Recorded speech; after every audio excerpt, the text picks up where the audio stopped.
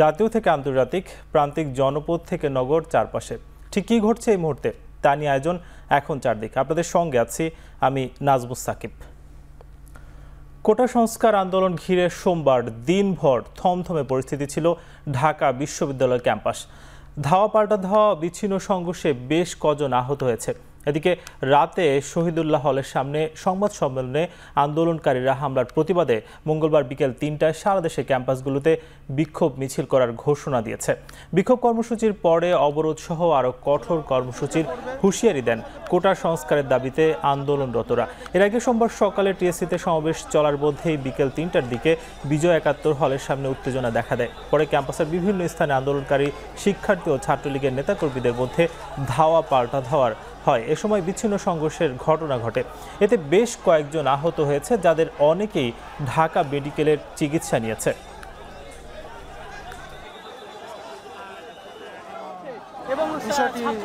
আমাদের আন্দোলনকে শিক্ষার্থীদেরকে উস্কে দেওয়া হলো। সারা দেশে মর্মান্তিকভাবে আমাদের আন্দোলনকারীদের উপর হামলা করা হলো। আজকের যে হামলা, সে হামলা এবং প্রধানমন্ত্রীর বক্তব্যের প্রত্যাহার এবং আমাদের যে এক দফা দাবি কোটা সংস্কারের, তার দাবিতে আগামীকাল বিকাল ৩টায় সারা দেশের সকল ক্যাম্পাসে বিক্ষোভ মিছিল এবং সমাবেশ অনুষ্ঠিত হবে। এই আন্দোলনের নিয়ন্ত্রণ সাধারণ শিক্ষার্থীদের হাতে নেই। যে বাড়াবাড়ি তারা করছে, আমাদের কাছে সুস্পষ্টভাবে ছাত্রলীগের পক্ষ থেকে আমরা বলছি তারা সীমা লঙ্ঘন করেছে, এবং সীমা লঙ্ঘনকারীদের কিভাবে রাজনৈতিকভাবে মোকাবেলা করতে হয় ছাত্রলীগের সেই শিক্ষা জানা রয়েছে। এদিকে কোটা সংস্কার আন্দোলন ঘিরে উদ্ভূত পরিস্থিতিতে সোমবার রাতে ঢাকা বিশ্ববিদ্যালয়ের উপাচার্যের বাসভবনে সব হলের প্রভোস্টকে নিয়ে বৈঠক হয়েছে। বৈঠক শেষে এফ রহমান হলের প্রভোস্ট রফিকুল ইসলাম বলেন, হলগুলোকে শান্ত রাখা এবং সাধারণ শিক্ষার্থীদের নিরাপত্তা দেওয়াই মূল লক্ষ্য। সেজন্য সব শিক্ষক এবং প্রভোস্ট সতর্ক আছে। বৈঠক শেষে গণমাধ্যমে পাঠানো বিজ্ঞপ্তিতে জানানো হয়, সভায় বিশ্ববিদ্যালয়ের সার্বিক পরিস্থিতি পর্যালোচনা করে শান্তিপূর্ণ পরিবেশ বজায় রাখতে বেশ কিছু সিদ্ধান্ত নেওয়া হয়েছে। এগুলো হচ্ছে, শিক্ষার্থীদের নিজ নিজ হলে অবস্থান করতে হবে। শিক্ষার্থীদের নিরাপত্তা নিশ্চিতে প্রাধ্যক্ষ এবং আবাসিক শিক্ষকরা সার্বক্ষণিক হলে অবস্থান করবেন এবং প্রয়োজনীয় ব্যবস্থা নেবেন। হলগুলো বহিরাগতরা অবস্থান করতে পারবে না। এছাড়া কেউ নাশকতামূলক কাজে জড়িত হলে বিশ্ববিদ্যালয়ের নিয়ম অনুযায়ী কঠোর ব্যবস্থা নেওয়ার সিদ্ধান্ত জানানো হয় বিজ্ঞপ্তিতে। এর আগে বৈঠক শেষে এফ রহমান হলের প্রভোস্ট রফিকুল ইসলাম জানান, হলগুলোকে শান্ত রাখা এবং সাধারণ শিক্ষার্থীদের নিরাপত্তা নিশ্চিত করাই এখন মূল লক্ষ্য। পরিস্থিতি সৃষ্টি যেটা হয়েছে সেটা তো যারা সৃষ্টি করেছে তারা তো আমাদের ছাত্র, আমাদের বিশ্ববিদ্যালয়ের ছাত্র। তো বিশ্ববিদ্যালয়ের ছাত্র যেহেতু তাদের একটা নির্দিষ্ট দাবি আছে, দাবিটা রাষ্ট্র এবং বিচার বিভাগ তারা দেখতেছেন। তো আমাদের দায়িত্ব হচ্ছে বিশ্ববিদ্যালয়ের শিক্ষক হিসেবে, প্রশাসনের অংশ হিসেবে ছাত্রদের প্রোটেকশন দেওয়া এবং ছাত্ররা যেন সুরক্ষায় থাকে সেই বিষয়টা নিশ্চিত করা। বিশ্ববিদ্যালয়ের শিক্ষার্থীরা নিজেদের রাজাকার বলে স্লোগান দেওয়ার কড়া সমালোচনা করে প্রধানমন্ত্রী শেখ হাসিনা বলেছেন, মুক্তিযুদ্ধের ইতিহাস মনে রাখলে তারা নিজেদের রাজাকার দাবি করতে লজ্জা পেত। সোমবার সকালে মন্ত্রিপরিষদের আয়োজনে বার্ষিক কর্মসম্পাদন চুক্তি স্বাক্ষর এবং শুদ্ধাচার পুরস্কার প্রদান অনুষ্ঠানে এ কথা বলেন প্রধানমন্ত্রী। এ সময় সরকারি কর্মকর্তাদের দুর্নীতির বিরুদ্ধে তাৎক্ষণিক ব্যবস্থা নেওয়ারও নির্দেশ দেন সরকার প্রধান। অনুষ্ঠানের শুরুতে প্রধানমন্ত্রী শেখ হাসিনার হাতে প্রতিটি মন্ত্রণালয়ের প্রধানরা গেল বছরের কর্মতথ্য তুলে দেন। এ সময় এপিএ ও শুদ্ধাচার পুরস্কার ব্যক্তি ও মন্ত্রণালয়কে দেয়া হয় মোট 10টি পুরস্কার, যার প্রথম স্থান অর্জন করে বিদ্যুৎ বিভাগ। বক্তব্যে প্রধানমন্ত্রী বলেন, সুনির্দিষ্ট লক্ষ্য নিয়ে আগালে অবশ্যই উন্নতি করা সম্ভব। আওয়ামী লীগ সরকারের ইশতেহার মেনেই উন্নয়ন কার্যক্রম চলছে বলেও জানান তিনি।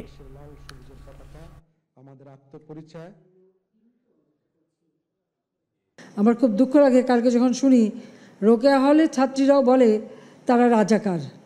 তারা কি জানে ৭১ সালে 25শে মার্চ কী ঘটেছিল? সেখানে 300 মেয়েকে হত্যা করেছিল, 40 জন মেয়েকে রেপ করেছিল এবং এদের ধরে নিয়ে পাকিস্তানি ক্যাম্পে নিয়ে গিয়েছিল। এসব অত্যাচার, রাস্তায় লাশ পড়ে থাকে, এরা দেখেনি। তাই নিজেদের রাজাকার বলতে তাদের লজ্জা হয় না। তাদের বিচার করে এই যারা তাদের দ্বারা নির্যাতিত তারা ন্যায় বিচার পেয়েছে। দুর্ভাগ্য যে এখন শুনি সে মেয়েরাও স্লোগান দেয়, এটা কোন দেশে আমরা আছি? এরা কী চেতনায় বিশ্বাস করে, কি শিক্ষা তারা নিল, কি তারা শিখলো? সেটাই আমার এখন প্রশ্ন। যে মুক্তিযুদ্ধ আমাদের গর্বের। মুক্তিযুদ্ধের বিরুদ্ধে যে কোনো অপপ্রচার কঠোরভাবে প্রতিহত করা হবে বলে জানিয়েছে আওয়ামী লীগের সাধারণ সম্পাদক ওবায়দুল কাদের। তিনি বলেন, আদালতের বাইরে কোনো সিদ্ধান্ত নেওয়ার সুযোগ নেই। সোমবার ধানমন্ডিতে দলীয় সভাপতির কার্যালয়ে বৈষম্য বিরোধী ছাত্র আন্দোলন প্রসঙ্গে এই মন্তব্য করেন তিনি। মুক্তিযুদ্ধের চেতনার বিপরীতে যে কোনো অপশক্তিকে আমরা কঠোরভাবে প্রতিরোধ করি, এটাই আমাদের অঙ্গীকার। কোটা সংস্কারের বিষয়টি সর্বোচ্চ আদালতের সিদ্ধান্ত ব্যতিরেকে অন্য কোনো উপায় কিংবা বল প্রয়োগের মাধ্যমে এ বিষয়ে কোনো সিদ্ধান্ত গ্রহণের সুযোগ নেই। শিক্ষার্থীদের আবেগকে ব্যবহার করে কোটা বিরোধী আন্দোলনকে সরকার বিরোধী আন্দোলনে রূপ দেওয়ার অপচেষ্টা চলছে বলে মন্তব্য করেছেন পররাষ্ট্রমন্ত্রী। সোমবার ঢাকায় নিযুক্ত সৌদি আরবের রাষ্ট্রদূত ইসা ইউসুফ ইসা আল দুহাইলানের সঙ্গে সৌজন্য সাক্ষাৎ শেষে তিনি এ কথা বলেন। মধ্যে রাজনৈতিক অপশক্তি ঢুকেছে, বিএনপি জামাত সহ যারা দেশকে অস্থিতিশীল করতে চায় তারা ঢুকেছে এবং তাদের প্ল্যান্টেড কিছু মানুষ সেখানে নেতৃত্ব দিচ্ছে। সেটি কালকে তারা স্পষ্ট করেছে। এতে প্রমাণিত হয় এটি কোটা বিরোধী আন্দোলন নয়, এটি রাষ্ট্রবিরোধী, সরকার বিরোধী আন্দোলনের রূপ দেওয়ার জন্য চেষ্টা করা হচ্ছে। কোটা সংস্কার আন্দোলনের নামে বিশৃঙ্খলা করার চেষ্টা করলে শক্ত হাতে দমন করা হবে বলে মন্তব্য করেছেন ডিএমপি কমিশনার হাবিবুর রহমান। আশুরার নিরাপত্তা ব্যবস্থা নিয়ে সোমবার সংবাদ সম্মেলনে সাংবাদিকদের প্রশ্নের জবাবে তিনি বলেন, তাজিয়া মিছিলকে নিরাপদ রাখতে সব ধরনের প্রস্তুতি রয়েছে। সেই সঙ্গে জঙ্গি হামলা প্রতিরোধে তৎপর রয়েছে গোয়েন্দা সংস্থা। কোটা সংস্থার ইস্যুতে প্রশ্নের জবাবে ডিএমপি কমিশনার বলেন, কোটার মীমাংসা করবে আদালত। তাজিয়া মিছিলের সময় মিছিলের আগে পিছে ডানে বামে ব্যাপক ব্যবস্থা রাখা হয়েছে নিরাপত্তার। এছাড়া সিসিটিভি ক্যামেরা, বিভিন্ন ধরনের যে চেকিং, বিশেষ করে যে সমস্ত নিরাপত্তা পরিকল্পনা নেওয়ার সকল কিছু নেওয়া হয়েছে। আদালতের নিয়ম মানতে আমরা বাধ্য। সুতরাং পুলিশ আমাদের যে সমস্ত কার্যক্রম পরিচালনা করবে সেগুলো সেটির প্রতি শ্রদ্ধা রেখেই হবে। যদি কেউ আমাদের আইন শৃঙ্খলা ভঙ্গজনিত কোনো ধরনের অপতৎপরতা চালাতে চান, সেটি যেই হোক, সেটি শক্ত হাতে মোকাবেলা করা হবে। ফিলিস্তিনে ইসরায়েলি বাহিনীর গণহত্যা বন্ধে মুসলিম উম্মার ঐক্যের উপর গুরুত্ব আরোপ করেছেন প্রধানমন্ত্রী শেখ হাসিনা। সোমবার মিশরের রাষ্ট্রদূত মহি এলদিন আহমেদ ফাহমি সাক্ষাৎ করতে গেলে প্রধানমন্ত্রী বলেন, যুদ্ধ ও অস্ত্র উৎপাদনে অর্থ ব্যয় না করে তা মানব কল্যাণে ব্যবহার করলেই বিশ্বের জন্য কল্যাণকর হবে। এ সময় দুই নেতা বাংলাদেশ ও মিশরের মোট বাণিজ্যের ঘাটতির ব্যাপারে আলোচনা করেন। দুই দেশের মোট বাণিজ্যের পরিমাণ $180.6 মিলিয়ন, যার 150 মিলিয়নই আমদানি করে বাংলাদেশ। এ সময় বস্ত্র, ওষুধ, কৃষি, পর্যটন ও শিক্ষা খাতে পারস্পরিক সহযোগিতা বাড়ানোর ব্যাপারে আগ্রহ প্রকাশ করেন প্রধানমন্ত্রী।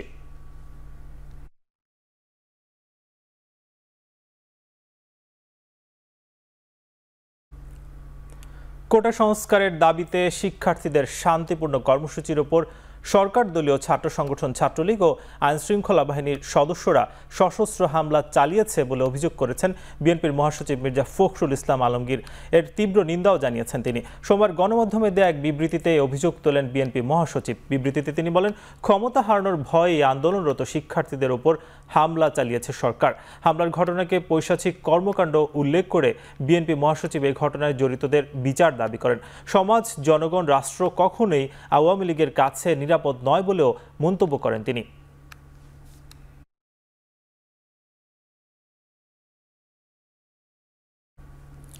2030 সাল নাগাদ সরকার প্রায় 12,000 মেগাওয়াটের সৌর বিদ্যুৎ প্রকল্পের প্রস্তুতি নিচ্ছে বলে জানিয়েছেন বিদ্যুৎ, জ্বালানি ও খনিজ সম্পদ প্রতিমন্ত্রী নসরুল হামিদ বিপু। সোমবার সন্ধ্যায় রাজধানীর একটি হোটেলে বাংলাদেশ কোল পাওয়ার জেনারেশন কোম্পানি লিমিটেড ও পিটি পারতামিনা পাওয়ার ইন্দোনেশিয়ার মধ্যকার এক চুক্তি স্বাক্ষর অনুষ্ঠান পরবর্তী সাংবাদিকদের প্রশ্নের জবাবে তিনি এ কথা বলেন। তিনি আরও বলেন, ইন্দোনেশিয়া সহ সিঙ্গাপুর সোলার প্রজেক্ট করার জন্য আগ্রহ প্রকাশ করেছে। এছাড়া বিদেশি অনেক বিনিয়োগকারী আগ্রহ প্রকাশ করেছে। আগামী 2 বছরে সোলারে কয়েক বিলিয়ন ডলার ইনভেস্ট হবে বলে জানান তিনি।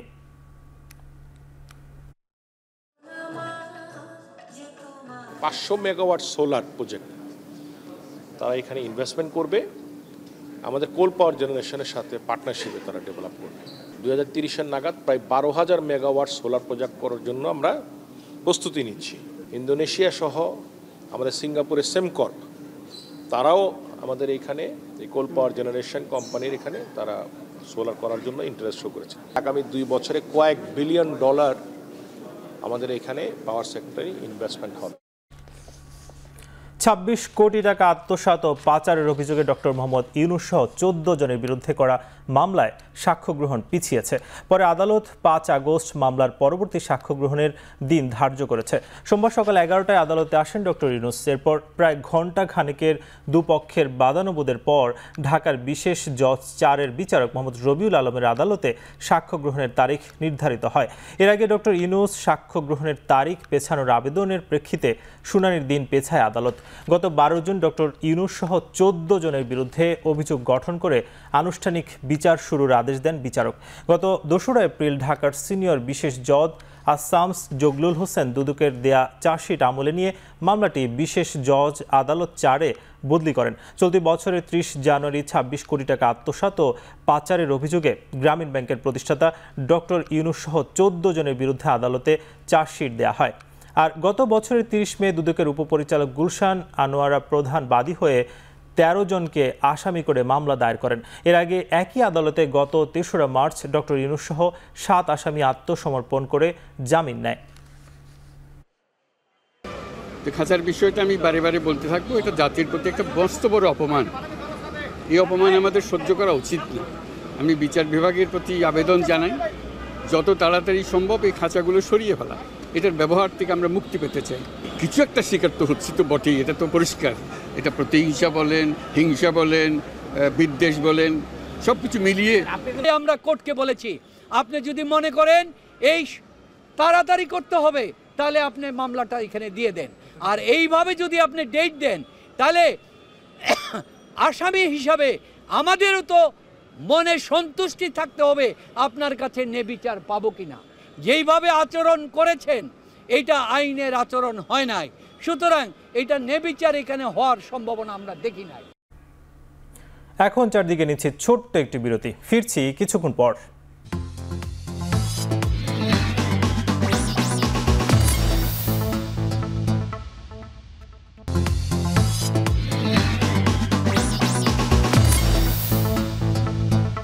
ফিরে এলাম বিরতির পর, দেখছেন এখন চারদিক। সোমবার উল্টো যাত্রার মধ্য দিয়ে শেষ হলো সনাতন ধর্মাবলম্বীদের শ্রী শ্রী জগন্নাথ দেবের রথযাত্রা উৎসব। গত 7 জুলাই রথযাত্রা উৎসব শুরু হয়। আন্তর্জাতিক কৃষ্ণ ভাবনাপ্রীত সংঘ ইসকন বাংলাদেশের আয়োজনে রথযাত্রা উৎসব শুরুর দিন স্বামীবাগ থেকে ঢাকেশ্বরী মন্দিরে আসা 3টি রথ ফিরতি পথে অর্থাৎ উল্টো পথে আজ স্বামীবাগে পৌঁছায়। বিকেল 3টার দিকে ঢাকেশ্বরী মন্দির প্রাঙ্গণ থেকে শোভাযাত্রা করে উল্টো পথে যাত্রা শুরু করে রথ 3টি। খাদ্যমন্ত্রী সাধন চন্দ্র মজুমদার এর উদ্বোধন করেন। এর আগে উল্টো রথ যাত্রার উদ্বোধনী উপলক্ষে ঢাকেশ্বরী জাতীয় মন্দিরের মেলা প্রাঙ্গণে এক আলোচনা সভার আয়োজন করা হয়। এতে খাদ্যমন্ত্রী সাধন চন্দ্র মজুমদার বলেন, ধর্মমত নির্বিশেষে সবাইকে দেশের কল্যাণে একসাথে কাজ করার আহ্বান জানান। দেশটাকে ভালোবাসেন, নিজকে ভালোবাসেন, আর আমরা জাতির পিতা বঙ্গবন্ধু যে সংবিধান দিয়েছেন, যার যার ধর্ম শেষে শান্তিপূর্ণভাবে পালন করে যাচ্ছি, তারই সুযোগ্য কন্যা জননেত্রী শেখ হাসিনা আছে বলেই অসাম্প্রদায়িক চেতনার দেশ বাংলাদেশ, আমরা বাঙালি জাতীয়তাবাদ নিয়ে আমরা এই দেশকে এগিয়ে নিয়ে যাচ্ছি। সবার রক্ত লাল, অবশ্যই আমরা একে অপরের সাথে আমরা মিলে মিশে থেকে এই দেশটাকে সুখী সমৃদ্ধ সোনার বাংলা করব। জনগণের আকাঙ্ক্ষার প্রতিফলনই মার্কিন গণতান্ত্রিক ব্যবস্থার প্রধান স্তম্ভ। সোমবার বিকেলে রাজধানীর ইএমকে সেন্টারে যুক্তরাষ্ট্রের নির্বাচন নিয়ে সেমিনারে এমন বক্তব্য উঠে আসে। এ সময় বক্তারা বলেন, স্বচ্ছতা এবং জবাবদিহিতার মাধ্যমে মার্কিন নির্বাচনের প্রতিটি ধাপ পরিচালিত হয়। যুক্তরাষ্ট্রের গণতান্ত্রিক ব্যবস্থা আইনের শাসন দ্বারা পরিচালিত। এখানে বর্ণ, ধর্ম বা লিঙ্গভেদে সর্বস্তরের নাগরিকদের নির্বাচনে অংশগ্রহণ নিশ্চিত করতে সর্বোচ্চ প্রচেষ্টা চালানো হয়। এছাড়া নির্বাচনে অর্থ ব্যয় ও রাজনৈতিক দলগুলোর তহবিল সংগ্রহের বিষয়গুলিও জোরালোভাবে নজরদারি করা হয়। এমনকি তরুণ ভোটারদের আকৃষ্ট করতে অনেক প্রার্থী সরব থাকেন তাদের প্রচার অভিযানে। ঢাকার যুক্তরাষ্ট্রের দূতাবাসের এই আয়োজনে অংশ নেন শিক্ষার্থী, সাংবাদিক, সুশীল সমাজের প্রতিনিধি, নির্বাচন বিশেষজ্ঞ সহ অনেকেই। সেমিনারে অনলাইনে যুক্ত ছিলেন রিপাবলিকান ডেলিগেট প্যাটি রেইমেন, অধ্যাপক ডক্টর আলী রিয়াজ ও নির্বাচন পর্যবেক্ষক শারমিন মুর্শিদ।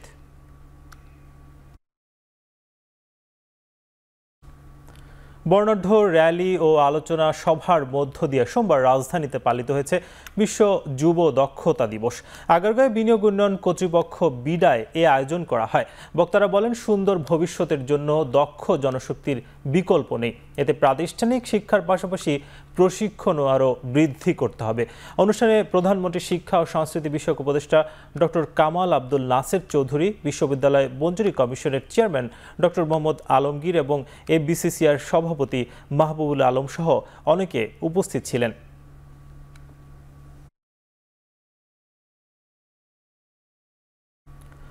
চট্টগ্রামের শাহ আমানত বিমানবন্দর থেকে প্রায় 4 কেজি ভয়ঙ্কর মাদক কোকেন জব্দ করা হয়েছে।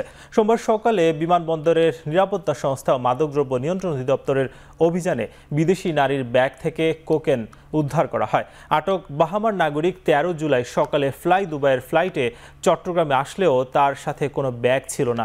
চট্টগ্রাম বিমানবন্দরে নামার পর তিনি আগ্রাবাদে হোটেলে অবস্থান করছিলেন। তবে তিনি মাদক নিয়ে আসছেন এমন খবরে তাকে নজরদারিতে রাখে নিরাপত্তা সংস্থা। এরপর বিমানবন্দরে লাগেজ নিতে আসলে ব্যাগ তল্লাশি করে 3 কেজি 900 গ্রাম কোকেন পাওয়া যায়। তিনি বাহামা থেকে ব্রাজিলের সাও পাওলো এবং দুবাই হয়ে চট্টগ্রামে আসেন।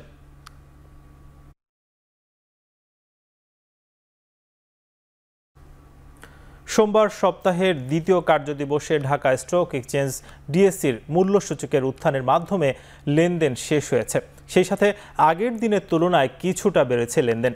এদিন প্রধান সূচক 2.17 পয়েন্ট বেড়েছে। বর্তমানে সূচক 5,484 পয়েন্ট। ডিএসসিতে 662 কোটি 25,85,000 টাকার শেয়ার ও ইউনিট লেনদেন হয়েছে। আগের কার্যদিবসে লেনদেন হয়েছিল 662 কোটি 24,63,000 টাকা।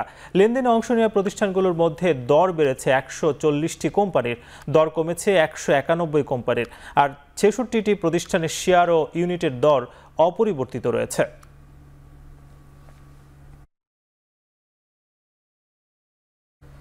চট্টগ্রাম বন্দরের সঙ্গে কোস্টাল শিপিং বা সরাসরি জাহাজ চালু করতে চায় থাইল্যান্ড। এ উপলক্ষে সোমবার সকালে দেশটির প্রধানমন্ত্রীর বিশেষ উপদেষ্টা ডক্টর নলিনী তাভিসিনের নেতৃত্বে 18 সদস্যের একটি প্রতিনিধি দল চট্টগ্রাম বন্দর পরিদর্শন করে। পরে বৈঠক করে বন্দর চেয়ারম্যানের সঙ্গে থাইল্যান্ডের সঙ্গে বাংলাদেশের বছরে প্রায় $2 বিলিয়ন বাণিজ্য হলেও বাংলাদেশের কোনো বন্দরের সঙ্গে দেশটির সরাসরি জাহাজ চলাচল নেই। ফলে পণ্য আমদানি রপ্তানি বাণিজ্যে ব্যবহার করতে হয় সিঙ্গাপুর বন্দর, যা 2021 সালে থাইল্যান্ডের রেনং বন্দরের সঙ্গে চট্টগ্রাম বন্দরের সরাসরি জাহাজ চলাচলে একটি সমঝোতা হলেও তা কার্যকর হয়নি 3 বছরেরও। দুই দেশের মধ্যে সরাসরি জাহাজ চলাচলে স্বাক্ষরিত সমঝোতা সই বাস্তবায়নে উভয় দেশ প্রস্তুতি নিচ্ছে জানিয়ে নতুন করে থাইল্যান্ড চট্টগ্রাম বন্দরের সঙ্গে কোস্টাল শিপিং চালু করার আগ্রহ প্রকাশ করেছে বলে জানায় বন্দর চেয়ারম্যান। রাশিয়া থেকে রূপপুর পারমাণবিক বিদ্যুৎ কেন্দ্রের মালামাল নিয়ে মোংলা বন্দরে ভিড়েছে বার্বাডোজ পতাকাবাহী জাহাজ আনকাব্লু। সোমবার সন্ধ্যায় 6টায় বিভিন্ন মেশিনারি মালামাল নিয়ে বন্দরের 9 নম্বর জেটিতে ভিড়ে এই বাণিজ্যিক জাহাজটির স্থানীয় শিপিং এজেন্ট কনভেয়ার শিপিং লাইন্সের ম্যানেজার সাধন কুমার চক্রবর্তী জানান, রাতেই শুরু হবে জাহাজ থেকে মালামাল খালাসের কার্যক্রম। তবে সব মালামাল খালাস হতে 3 থেকে 4 দিন সময় লাগবে বলে জানান তিনি। পরে বন্দরের জেটি থেকে সড়ক পথে নেওয়া হবে রূপপুর পারমাণবিক বিদ্যুৎ কেন্দ্রে। গত 12 জুন রাশিয়ার নভরস্কি বন্দর থেকে 967 প্যাকেজের 1,820 টন মালামাল নিয়ে মোংলা বন্দরের উদ্দেশ্যে যাত্রা করে।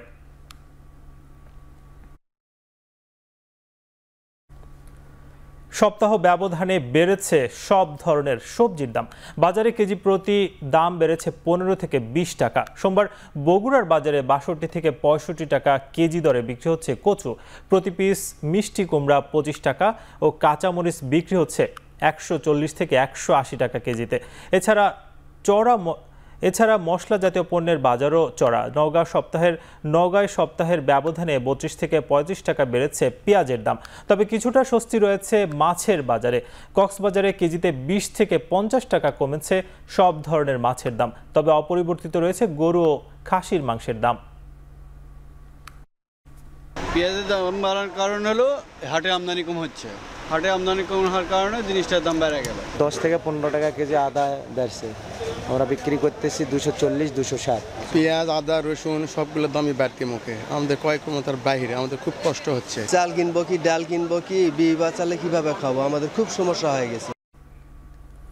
এখন চারদিকে নিচ্ছি আরও একটি বিরতি, ফিরছি কিছুক্ষণ পর।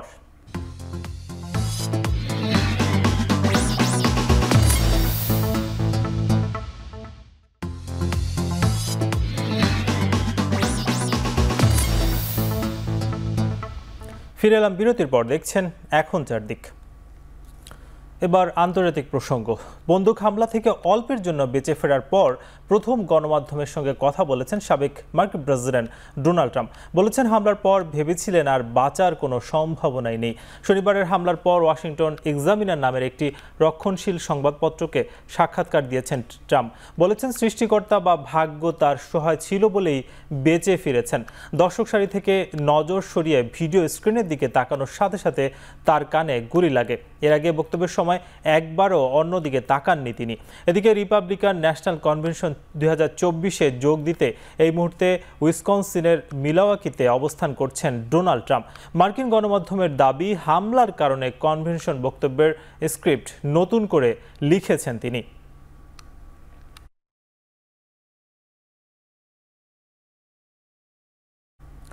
ডোনাল্ড ট্রাম্পকে হত্যা চেষ্টার পর রাজনৈতিক উত্তাপ কমাতে সবাইকে শান্ত হওয়ার আহ্বান জানিয়েছেন প্রেসিডেন্ট জো বাইডেন। পেনসিলভেনিয়ার হামলার ঘটনায় একদিন পর স্থানীয় সময় রোববার তিনি কথা বলেন। এ সময় ট্রাম্পকে হত্যা চেষ্টার দ্রুত তদন্ত হবে বলে আশ্বস্ত করেন বাইডেন। হামলার উদ্দেশ্য এবং কেন ঘটল তা বের করতে এফবিআইকে স্বাধীন তদন্তের নির্দেশ দেওয়া হয়েছে বলেও জানান তিনি। ফলাফল আসতেই জনগণের কাছে বিষয়টি তুলে ধরা হবে বলেও সাথে শেয়ার করেন তিনি।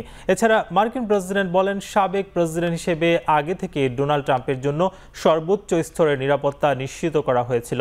তবে হামলার পর অব্যাহত সেই নিরাপত্তা আরও জোরদারের জন্য তিনি নির্দেশ দিয়েছেন বলে জানান। পাকিস্তানের বিরোধী দল তেহরিকে ইনসাফ পিটিআইকে নিষিদ্ধের সিদ্ধান্ত নিয়েছে সরকার। তথ্যমন্ত্রী আতাউল্লাহ তারা সোমবার গণমাধ্যমকে নিশ্চিত করেছেন এ তথ্য। পিটিআইকে নিষিদ্ধ করার ক্ষেত্রে দলটির ওপর আনা হবে একাধিক অভিযোগ। এর মধ্যে রয়েছে পাকিস্তানে নিষিদ্ধ এমন বিদেশি উৎস থেকে তহবিল সংগ্রহ ও গেল বছর দলটির সমর্থকদের দেশব্যাপী দাঙ্গায় অংশগ্রহণ। পিটিআইকে নিষিদ্ধের জন্য সুপ্রিম কোর্টের দ্বারস্থ হবে সরকার। শুধু দলকে নিষিদ্ধ করাই নয়, দলের প্রধান ইমরান খান এবং সাবেক রাষ্ট্রপতি আরিফ আলভির বিরুদ্ধে দায়ের করা হবে রাষ্ট্রদ্রোহের মামলা। মুসলিম লীগ এবং পিপিপির এমন সিদ্ধান্তের কঠোর নিন্দা জানিয়েছে পিটিআই।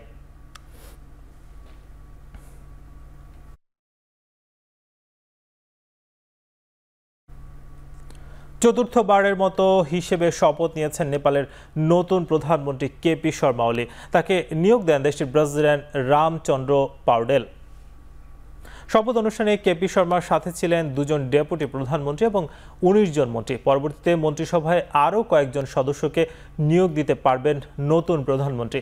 এর মধ্য দিয়ে বর্তমান রাজনৈতিক অস্থিরতার মধ্যেই কেপি শর্মার নেতৃত্বে দেশটিতে শুরু হতে চলেছে নতুন জোট সরকারের যাত্রা।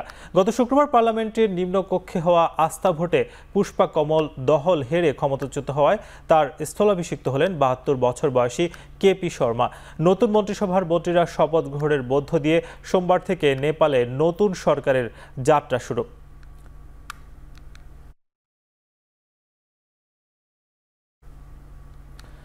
চীনের দক্ষিণ ও পশ্চিমাঞ্চলে বেশ কয়েকটি শহরে ভারী বৃষ্টিপাত এবং পাহাড়ি ঢলে বন্যা দেখা দিয়েছে। রাস্তাঘাট ঘরবাড়ি ডুবে আবাসিক ভবনে আটকা পড়েছেন অনেক বাসিন্দা। ইউবেই জেলায় একদিনে বৃষ্টি রেকর্ড করা হয়েছে 52.8 মিলিমিটার। শহরে হলুদ সতর্কতা জারি করেছে স্থানীয় আবহাওয়া কেন্দ্র। বাসিন্দাদের নিরাপত্তা নিশ্চিতে 156টি পরিবারকে নিরাপদ স্থানে সরিয়ে নেওয়া হয়েছে। জলাবদ্ধতা নিরসনে খুলে দেওয়া হয়েছে সড়কের ম্যানহোলের ঢাকনা। উশান শহরে বেশ কয়েকটি জায়গায় প্রবল বর্ষণে ভূমিধসের ঘটনা ঘটে, তবে হতাহতের খবর পাওয়া যায়নি।